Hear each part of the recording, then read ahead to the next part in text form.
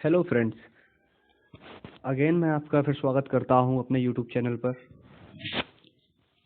और आज मैं आप लोगों से मुलाकात करने इसलिए आया हूं ताकि मैं आपको बता सकूं कि अंग्रेजी जो एक कठिन लैंग्वेज मानी जाती है, आप कुछ चीज़ों को ध्यान में रख के उसे बहुत अच्छे से बोल सकते हैं। तो चलिए शुरू करते हैं, क्योंकि बहुत से लोगों ने मुझसे ये भी पूछा है कि अंग्रेजी हम कैसे बोलें या इंग्लिश बोलने के अच्छे तरीके कौन से हैं या कम समय में हम कैसे इंग्लिश बोल सकते हैं।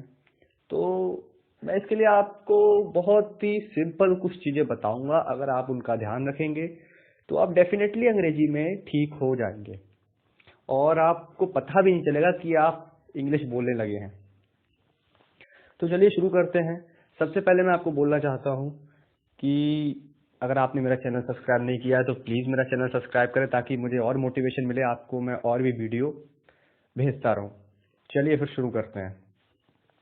देखिए, इंग्लिश एक कठिन लैंग्वेज मानी जाती है, जो हम इंडियंस के लिए काफ़ी कठिन लैंग्वेज होती है या मानी जाती है। मेरे हिसाब से इंग्लिश हिंदी से काफ़ी सरल लैंग्वेज होती है, बिकॉज यार हिंदी में तो हम बहुत सारी इतनी मात्राएं, इतनी सारी कठिन लैंग्वेज, और इंग्लिश में कोई भी मात्रा नहीं, कोई भी दिक्कत नहीं होनी चाहिए इंग्लिश में। इसलिए देखिए, आजकल हमारा पूरा जो रूटीन है ज़्यादातर इंग्लिश में चलता है। तो इसके लिए जो हमारे जिन्हें इंग्लिश नहीं आती उनके लिए बहुत ज़्यादा दिक्कत होती है कि ये यार हम इंग्लिश कैसे बोले।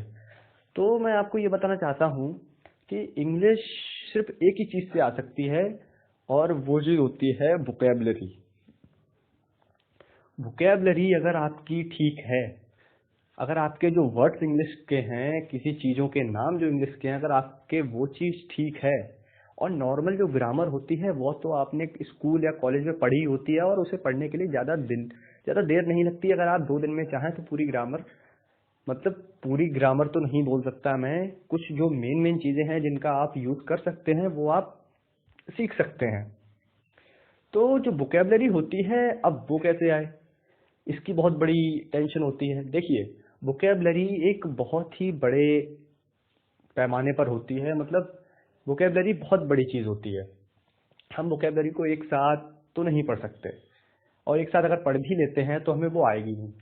तो इसीलिए हमें ये डिसाइड करना चाहिए कि वोकैबुलरी के जो वर्ड होते हैं वो हमें एक दिन में 2 वर्ड उन्हें पढ़ना चाहिए।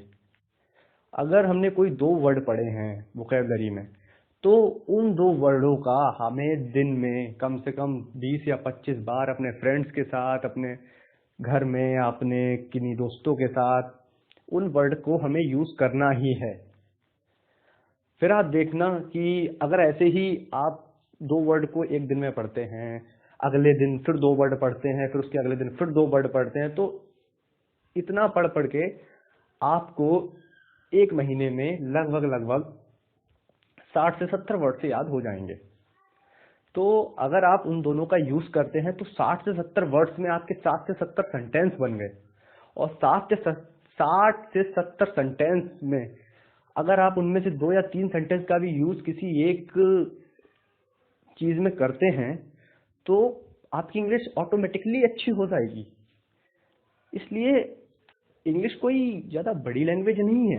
इंग्लिश एक वो लैंग्वेज है, इंग्लिश से दिखने से में डरती है, हमें डराती है, सॉरी।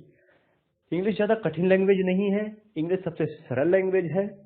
इसीलिए अगर आपकी वोकैबुलरी अच्छी होगी, आपके थोड़े सेंटेंसेस अच्छे होंगे, तो आप डेफिनेटली इंग्लिश बोल पाएंगे। और इसके लिए आपको कुछ नहीं करना है, जैसा कि मैं बोल चुका हूँ, अपने डेली रूटीन से कोई भी वर्ड लीजिए। सबसे बड़ी चीज़, आप उस माहौल में बैठिए जहाँ पे आपके जो भी फ्रेंड्स, जो भी फैमिली मेंबर इंग्लिश में अच्छे हैं, क्योंकि उन्हें देख के आप भी इंग्लिश बोलने की कोशिश करेंगे और उनके साथ आपका जो वोकैबुलरी है वो भी अच्छी रहेगी। और सबसे इम्पोर्टेंट चीज़, इंग्लिश बोलने के लिए सबसे इम्पोर्टेंट चीज़ होती है इंग्लिश पढ़ना। अब इंग्लिश कहाँ से आए? देखिए, सुबह सुबह न्यूज़पेपर होता है, टाइम्स ऑफ इंडिया या द हिंदू या जो भी इंग्लिश पेपर आपको पसंद है, उस इंग्लिश पेपर को आप पढ़िए। नहीं समझ में आ रहा, कोई दिक्कत नहीं, आप पहले पढ़िए। फिर उसके अगले दूसरे या तीसरे दिन आप उस न्यूज़पेपर को, जो उसके मेन मेन वर्ड हैं, वोकेबलरी तो आप अपनी डेली याद कीजिए, और जो वर्ड आपको डिफरेंट लगें उन वर्ड्स को आप पढ़िए और उन्हें डिक्शनरी में ढूंढिए कि उनका मीनिंग क्या है। तो उससे आपका पूरा, अगर आपको मीनिंग समझ में आता है उस वर्ड का, तो आपके लिए वो वर्ड उस टाइम के लिए याद हो जाएगा और आप उस सेंटेंस को भी पढ़ पाएंगे जो न्यूज़पेपर में लिखा होगा। इसलिए एक छोटी सी पॉकेट डिक्शनरी जो महज 60 या 70 रुपए की आती है या 50-60 रुपए की आती है, उसे आप अपनी पॉकेट में रख के घूमिए, और जहां भी कोई वर्ड आपको मतलब नहीं समझ में आता उस पॉकेट डिक्शनरी में देखिए। या आजकल तो मोबाइल में इतने सारे ऐप आ गए हैं, अगर आप उस ऐप में देखते हैं तो आप कोई भी वर्ड उसमें डाल के देखिए जो आपको नहीं आ रहा हो, तो आप उस वर्ड को जान के आप इंग्लिश बोल सकते हैं।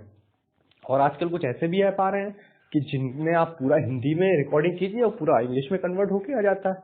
इससे आपको इंग्लिश बोलने में बहुत ज्यादा आसानी होगी। इसीलिए आप हल्के हल्के अपनी वोकैबुलरी को मजबूत करके आप एक बहुत ही अच्छी इंग्लिश बोल सकते हैं। और